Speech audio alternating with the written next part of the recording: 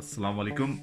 आप लोग को स्वीडन की इस कोरोना की सूरत हाल थोड़ी सी मैं बताता चलूँ। जैसे कि अभी तक जो है वो टोटल 9685 केसेस यहाँ पे हैं स्वीडन में, और उसमें से 870 की डेथ हो चुकी है एंड देन 381 रिकवर्ड हुए।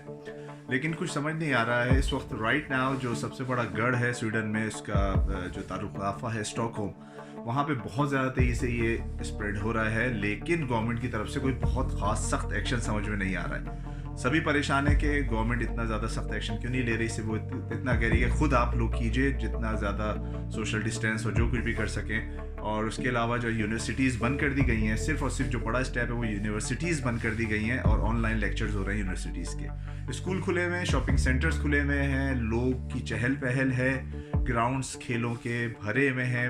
इवेंट्स नहीं हो रहे हैं बड़े, लेकिन नॉर्मली जिस तरह से होता है ग्राउंड्स वगैरह में लोग खेलते हैं आके, वो सब कुछ हो रहा है।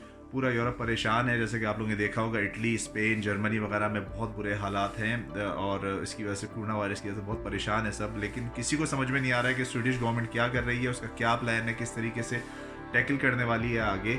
और एक पाकिस्तानी की भी आज खबर आई है, मोहम्मद जमील या मोहम्मद हसन साहब स्टॉकहोम में इंतकाल कर गए हैं इसी वायरस की वजह से। अल्लाह ताला उनकी मग़फ़िरत करे। तो बस यही है कि दुआ में याद रखिए एक दूसरे को, और खुदा से दुआ कीजिए कि बहुत जल्दी जो है वो कोरोना वायरस जो है वो उसके ऊपर काबू पा लिया जाए। और हम पूरी दुनिया के लिए दुआ करते हैं, आप लोग भी हमारे लिए दुआ कीजिएगा कि सब इंसानों की सलामती हो। वस्सलाम वालेकुम वरहमतुल्लाहि वबरकातुहू।